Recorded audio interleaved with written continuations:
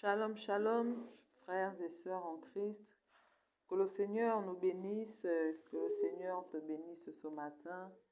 Que le nom du Seigneur Jésus-Christ soit encore élevé, comme le dit la Bible.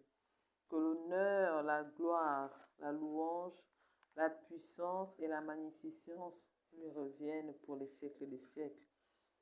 Car il est le Dieu souverain, il est le sacrificateur souverain. Alors, je viens encore bénir ce grand nom, ce nom qui est au-dessus de tout nom, parce que c'est grâce à lui que nous avons encore le souffle de vie ce matin. C'est lui qui a permis que nous puissions encore nous retrouver aujourd'hui.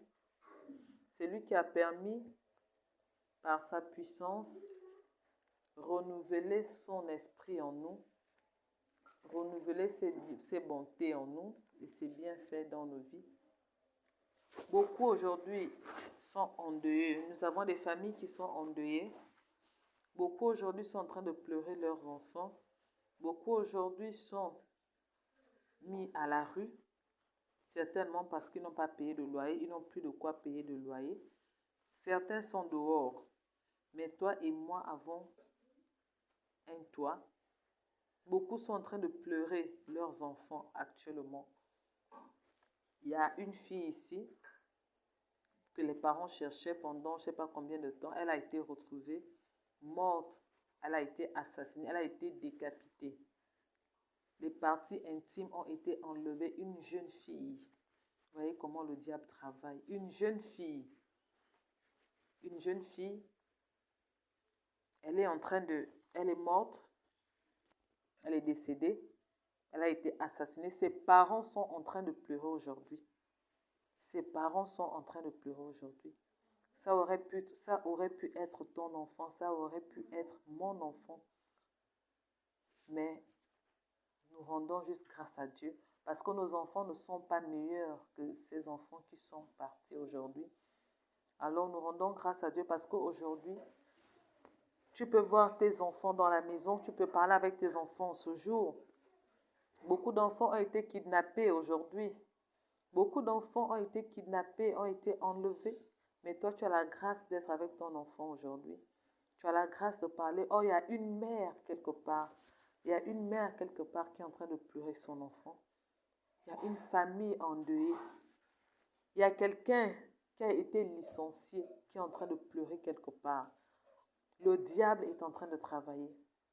Le diable est en train de pousser les enfants de Dieu, même pas seulement les enfants de Dieu, est en train de pousser le peuple de Dieu, les âmes, la création, la créature de Dieu, à aller vers lui. Parce que quelqu'un aujourd'hui qui va voir qu'il n'a plus d'emploi, il regarde, il a une charge derrière lui, et lorsqu'on viendra lui proposer des pratiques qui ne confessent pas le nom de Jésus, des pratiques des ténèbres, il sera dans l'obligation d'accepter. Nous voyons aujourd'hui dans les réseaux sociaux les histoires de porte-monnaie magiques. Beaucoup sont tombés dans cela. Pourquoi? Parce que le diable cherche à chaque instant. Il cherche à chaque instant comment emmener un grand nombre en enfer. Le diable, comme je le dis souvent, n'est pas ton ami. Il va chercher toujours et toujours à vouloir te faire tomber. À vouloir te faire tomber. Alors, tiens bon, accroche-toi à Dieu. Accroche-toi au Seigneur Jésus. Accroche-toi à la parole de Jésus-Christ. Accroche-toi à la parole de Jésus. Accroche-toi à cette parole qui est la Bible, la parole de Dieu. Et cette parole est vivante. Cette parole est vivante. Accroche-toi à cette parole.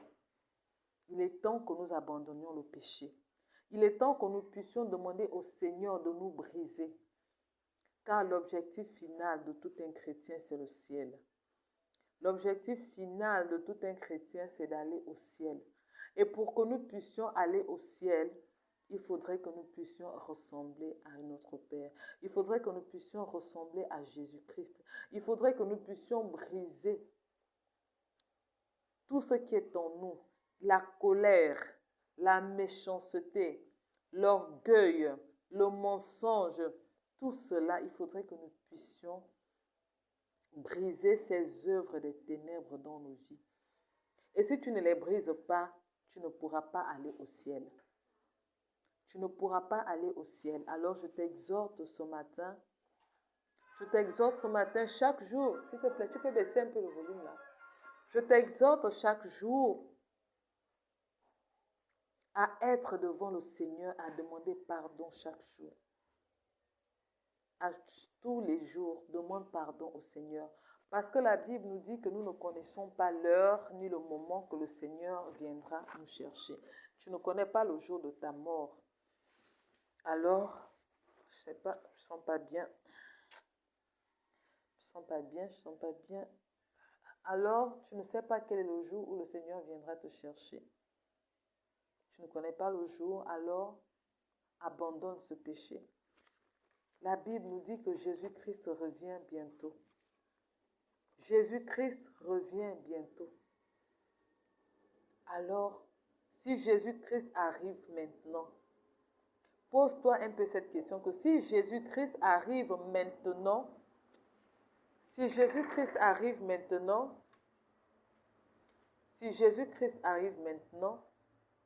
es-tu sûr que tu iras au ciel avec lui? Si on disait que la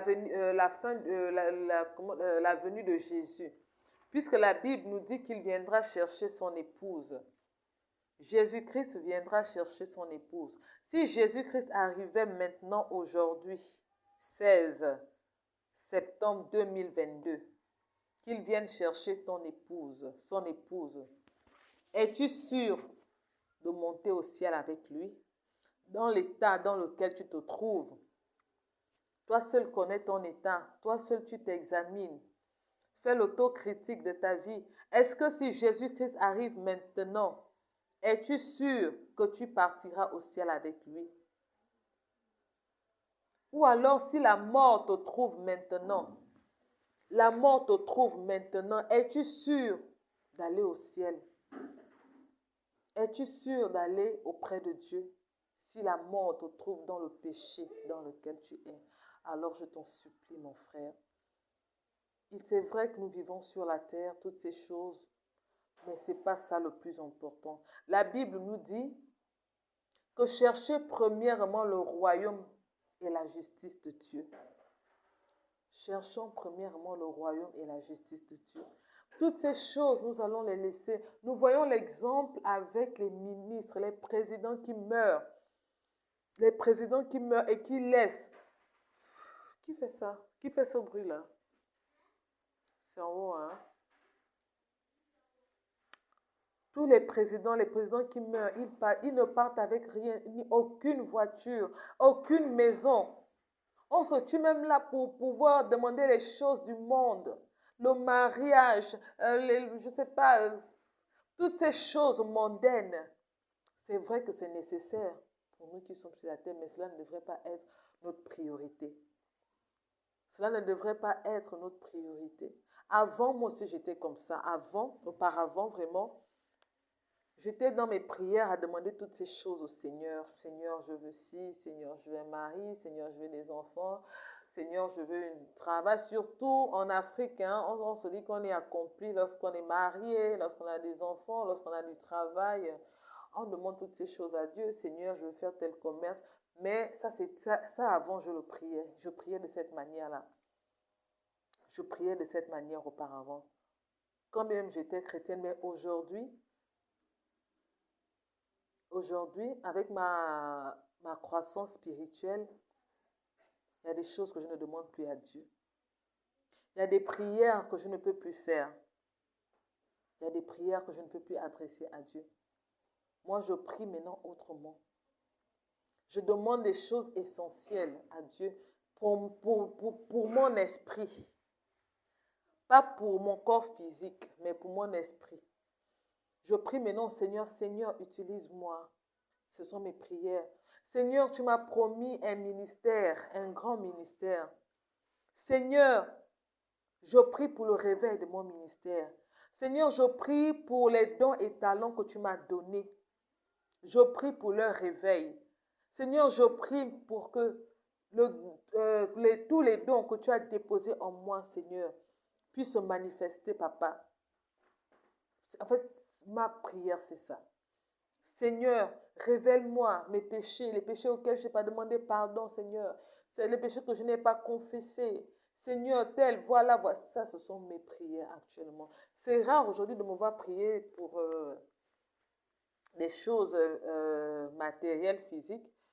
Quand je prie maintenant pour les choses matérielles, c'est quand le Seigneur me révèle quelque chose.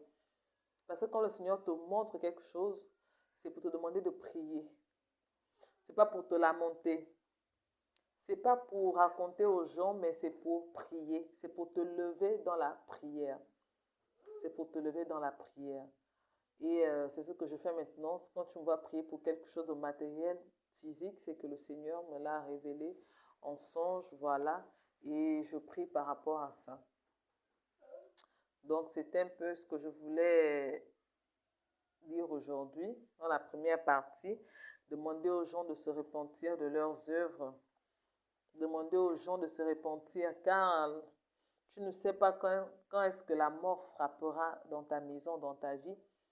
Tu ne connais ni l'heure, ni le jour, ni le mois, ni l'année que la mort frappera chez toi. Alors je t'appelle à te repentir. Jésus-Christ n'est pas un mythe, Jésus-Christ est une réalité. Jésus-Christ n'est pas un mythe, Jésus-Christ est une réalité. Est une réalité. Fais l'expérience avec lui. Invite-le. La Bible déclare, Jésus-Christ déclare dans sa parole, qu'on ouvrira à celui qui frappera. Si tu lui ouvres la porte, il entrera dans ta maison et il soupera avec toi. Alors, ouvre la porte de ton cœur à Jésus-Christ. Ouvre la porte de ta vie à Jésus-Christ. Ouvre la porte de ta vie à Jésus-Christ. Alléluia. Je voudrais aussi partager mon témoignage. Mon témoignage, c'est la première partie de mon témoignage. J'ai pas, en fait, comment j'ai connu le Seigneur, comment j'ai accepté le Seigneur. C'est un peu... j'ai accepté le Seigneur en 2011. Oh là là, c'est pas vrai. Attends. Elle est malade. Elle a fait une crise d'asthme toute la nuit jusqu'à présent. Oh là là. J'ai accepté le Seigneur Jésus-Christ en 2011. En 2011, j'étais encore étudiante. En fait, moi, ce n'est pas une situation qui m'emmène à Christ parce que le plus souvent, ce sont des situations qui emmènent les gens à Christ. C'est-à-dire, peut-être tu es à la recherche d'un mari, tu es à la recherche de la guérison, tu es à la recherche de quelque chose. Non. Je n'avais, honnêtement, je ne sais pas où je n'étais pas peut-être consciente, je n'étais pas certainement pas consciente, je ne sais pas trop. Je ne connaissais pas encore réellement ce que c'était, le christianisme. Mais lorsque je vais à l'église, je n'étais pas, en fait, je ne pensais, en fait, pour moi, je me suffisais, tout me suffisait, mais je vais en Christ sans problème, en fait. Je n'avais aucun souci qui m'emmène en Christ. En fait, je commence à aller dans les églises déjà petites avec ma mère. Je ne vais pas tout raconter aujourd'hui. En fait, je vais aller étape par étape. C'est ma mère qui était maladive, tout le temps malade, qui commence avec les églises. Elle va dans les églises de réveil, hein, je précise, parce qu'elle est baptisée, enfin, quand on était petit enfant, on a été baptisé chez les protestants. Donc, c'est ma mère qui sort de là, du protestantisme, pour les églises de réveil. Parce qu'elle était malade, donc elle a commencé à chercher la solution un peu partout. Donc, en fait, elle nous emmenait, mes sœurs et moi, Partout elle allait, dans des églises, elle était à gauche, à droite. Donc voilà, on partait, bon, on sait qu'on va à l'église, on va à l'église, etc. Bon, maintenant, après ça, je grandis, je grandis. Je pense que c'est à l'âge de 22 ans, 21, 22 ans, que j'étais dans une école supérieure en première année. Et après, j'ai rencontré mes camarades de classe et l'une d'entre elles qui m'emmène dans une église. En fait, c'était pas une église. La dame en question, c'était une prophétesse. Elle avait une cellule, elle venait de débuter. Elle avait une cellule de prière. Donc, c'est comme ça que je pars. Là-bas, elle m'y emmène. Et après, on va faire les prières et je commence à apprécier. Je commence à apprécier. En fait, je sais, quand j'y vais, je sais que c'est Dieu et tout. Mais en fait, je n'avais pas ce truc-là de dire en fait, que j'ai besoin de Dieu dans ma vie. Je n'avais vraiment pas, je ne sais pas comment le dire en fait. Je ne me disais pas que j'avais tellement besoin de Dieu ou que je n'en avais pas besoin, d'accord? Je savais qu'il fallait partir. Il fallait partir à l'église, il fallait prier, voilà. Donc, elle m'y emmène, elle m'y emmène. Et là-bas, on avait des enseignements. La dame nous enseignait, nous parlait de Dieu. Jusqu'au jour où j'ai accepté le Seigneur. J'ai accepté le Seigneur un 11 mai, un 17 mai 2011. C'est le 17 mai 2011 que j'accepte le Seigneur Jésus. À la cellule de prière, elle me fait... oui, si. Le 17 mai, parce que quand j'accepte, là, je me dis, non, Seigneur, là, je vais te servir. J'ai appris de toi, on m'enseignait sur toi, on m'enseignait. Et vraiment, je vois que j'ai besoin de toi dans ma vie. À ce moment-là, après les enseignements que je me rends, je me dis, oui, j'ai besoin du Seigneur Jésus-Christ dans ma vie. Et c'est pour ça que je demande à faire la repentance. Et à ce moment, j'avais une relation avec un monsieur. Et quand j'accepte le Seigneur Jésus-Christ, je prends également la décision qu'au sortir de là, je vais voir le monsieur pour lui dire que lui et moi, on va arrêter la relation parce que je vais maintenant servir le Seigneur. En fait, mon témoignage ici s'accentue plus sur ce que j'ai vu le jour de ma conversion. Voilà. Donc, le 17, quand j'accepte le Seigneur, elle me fait faire la prière de conversion, de repentance. Voilà. Je rentre chez moi et je vais dormir. Franchement, je n'ai pas vu l'heure, je n'ai pas regardé l'heure. C'est comme ça que dans la nuit, j'étais seule, je vivais seule. En ce moment, le monsieur me louait un appartement quelque part dans un quartier. Je dors dans la nuit, j'étais toute seule. Je vois, en fait, je vois comment mon cœur commence à battre fort. Le cœur commence à battre. Coucou, coucou, coucou, mon cœur, il bat, il bat, il bat.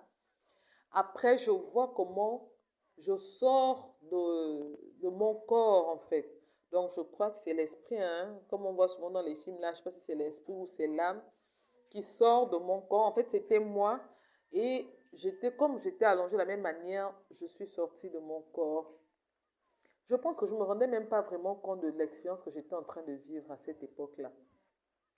Je sors de mon corps, c'est pour ça que je commence à monter. Je monte, mon corps reste sur le lit et je monte, je monte, je monte, je monte, je monte, je monte, je monte.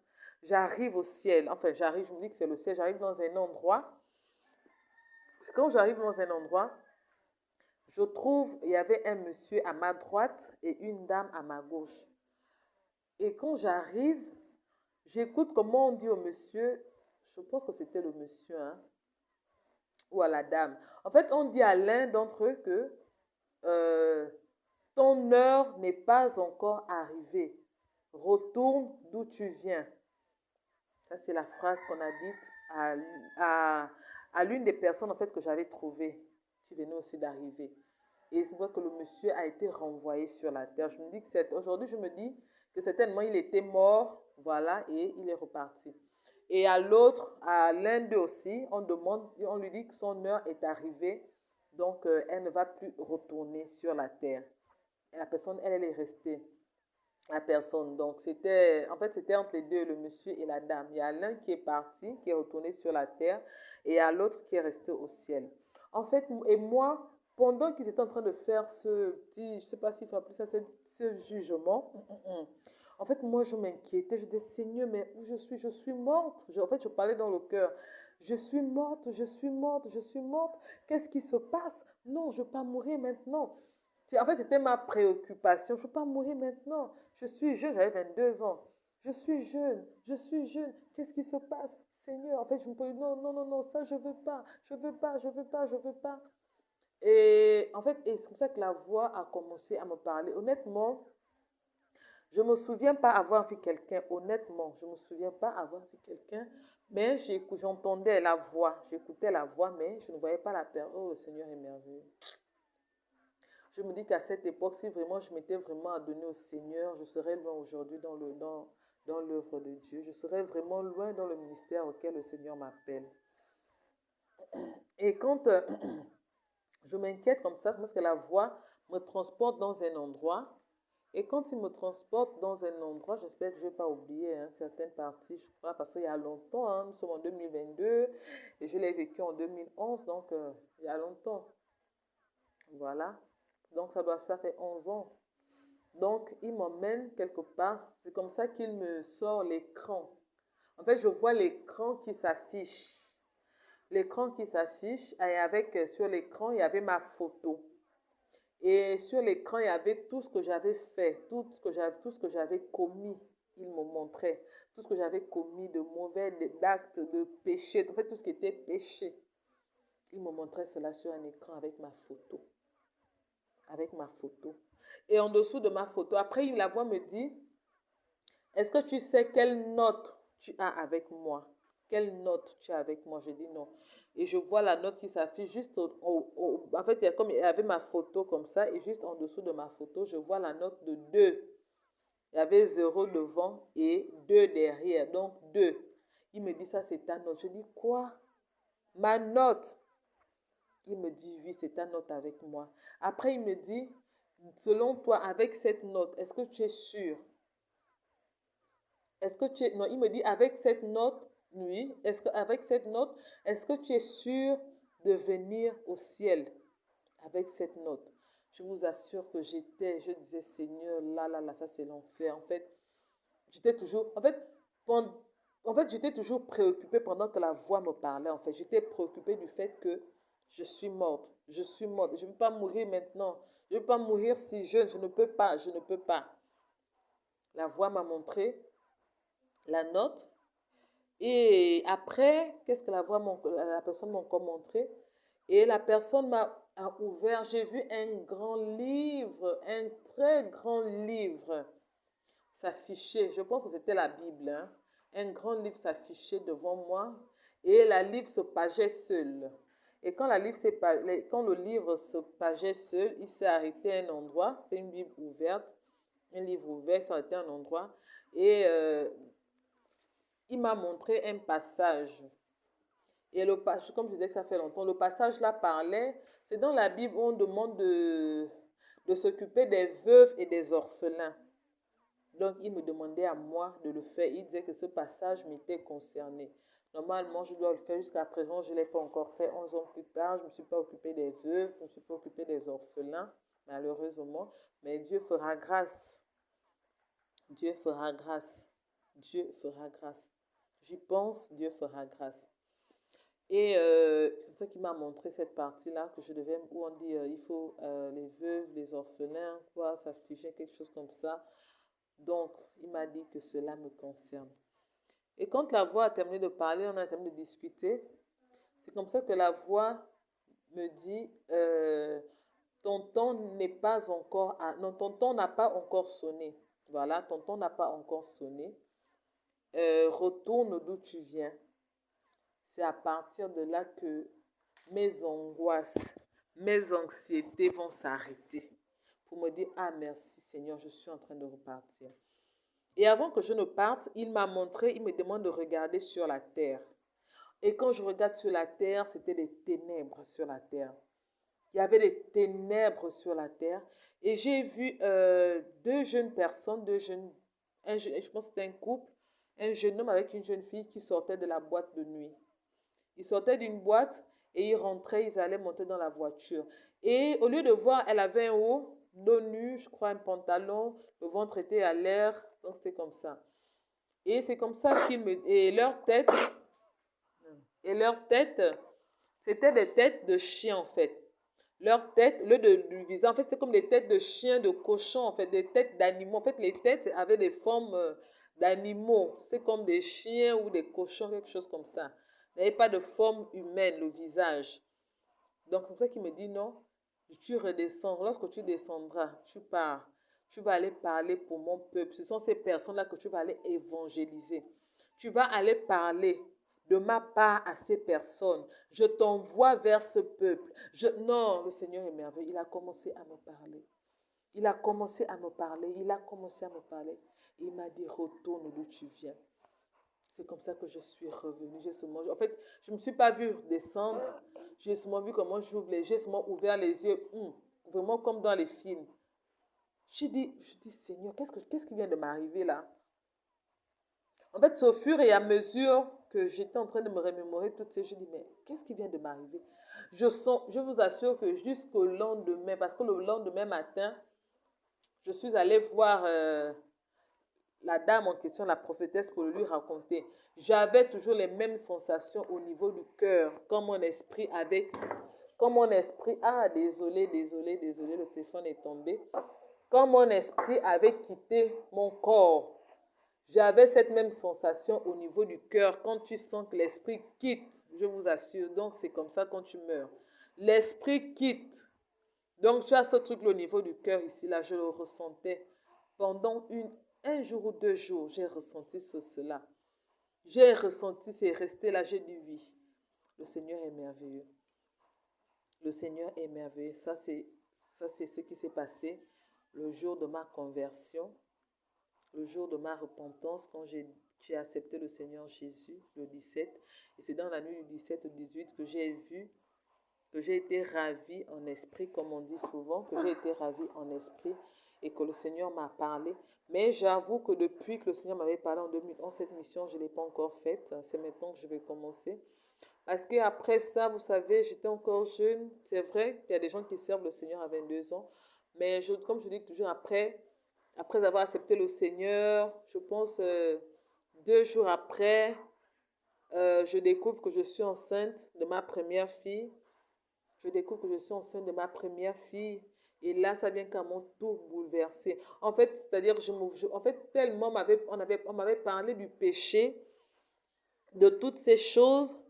Je me suis dit, non, je ne peux pas servir Dieu étant enceinte. Je ne peux pas servir Dieu étant enceinte. La dame a dit, on va faire la prière. On va dire au Seigneur, comme c'est lui le médecin, c'est lui qui fait toutes choses, que si vraiment cette grossesse ne vient pas de lui et tout, voilà, que ça sorte et tout, parce qu'il est que lui-même fasse quelque chose et tout. Mais je suis restée, la grossesse est restée, et avec cette grossesse, je n'ai pas pu servir le Seigneur parce que je me suis dit non, je suis enceinte, je ne peux pas servir le Seigneur, je pêche et de surcroît. L'homme avec lequel j'avais eu cet enfant, c'était un homme marié avec lequel j'avais eu cet enfant. Donc, j'étais carrément dans le péché en plein. Donc, c'est pour cela qu'il y a eu des hauts et des bas. Je suis tombée, je me suis relevée, je suis tombée, je me suis relevée, je me suis tombée. En fait, c'est ça, quoi. C'est un peu ça, mon parcours. Donc, comme ça, je vous ferai des témoignages à chaque moment. En fait, c'est la première partie de mon témoignage. Donc, c'est un peu ça. Comme je disais, ce n'est pas une situation qui m'a menée à Christ, non. Je peux dire que c'est par suivisme, hein, parce que mes amis qui étaient avec moi partaient là-bas. Je dis, bon, ok, moi, je vais partir, pourquoi pas et tout. Donc, on partait, voilà, et puis, voilà, ça m'a plu, et puis, voilà, quoi. C'est un peu ça. Je bénis le Seigneur aujourd'hui parce qu'il m'a donné, en fait, aujourd'hui, j'ai une autre vision. Aujourd'hui, j'ai grandi spirituellement. Aujourd'hui, j'ai acquis une certaine maturité. Donc, je bénis vraiment le nom du Seigneur. Je vais vraiment bénir le nom du Seigneur pour cela. Donc, voilà, c'était mon témoignage. Et pour dire à quelqu'un que certainement, tu es dans le péché et tu te dis que tu ne peux pas servir Dieu. Non, n'abandonne pas. C'est là où le diable... Parce que si je m'étais efforcée à continuer, si j'avais eu cet enseignement En fait, si j'aurais eu cet enseignement, on m'aurait dit, non, tu peux demander pardon à Dieu et tout, et tout, et tout, te repentir, confesser par rapport à ce péché, voilà.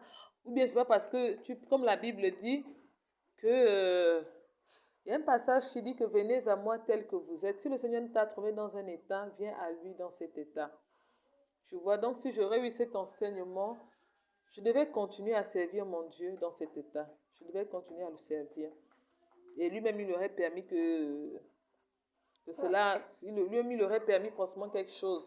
Donc, je veux dire à quelqu'un aujourd'hui que ce n'est pas parce que tu es dans le péché que tu peux... Non, Dieu est amour. La Bible nous dit que Dieu est amour.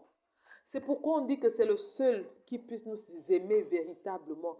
Parce que même notre époux là, nos femmes là, nos frères et sœurs, ils peuvent nous aimer. Mais le jour où on fait quelque chose, comme je pouvais dire à mon mari dernièrement, que la Bible dit que l'amour supporte tout, l'amour pardonne tout. Toi, humain que tu es, tu ne peux pas pardonner. Tu ne peux pas pardonner. Mais la Bible dit que Dieu pardonne, Dieu est amour. Malgré nos péchés, il est toujours là. Il ne s'est jamais plaint.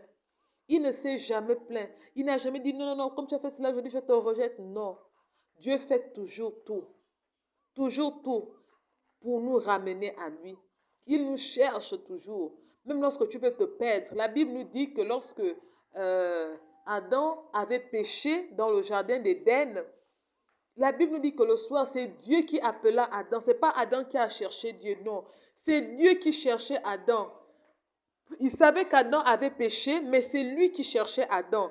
C'est la même chose que nous, que lorsque nous péchons, le Seigneur va toujours nous chercher. Lorsque nous avons été appelés, le Seigneur va tout faire pour nous chercher. Il va nous chercher et il va nous trouver. Il avait cherché Adam et il avait trouvé Adam. Alors, ne te dis pas que dans ton péché, tu ne peux pas servir Dieu. Dans ton péché, prie. Prie Dieu, c'est lui seul qui va te sortir de là. Parce que dans le péché, le Seigneur va t'enseigner. Il va t'enseigner et lui, il va te faire détester ce péché. Il va faire en sorte que tu puisses laisser ce péché. Il va faire en sorte que tu puisses laisser ce péché. Lui seul pourra te fortifier dans cette décision. Lui seul. Il suffit juste que tu reconnaisses que Seigneur, que tu reconnaisses que ce que tu fais n'est pas bien. Tant que tu ne reconnais pas, le Seigneur ne pourra pas t'aider. Il t'a trouvé, Seigneur, je vais te servir, mais je suis lié à tel péché. Je reconnais que je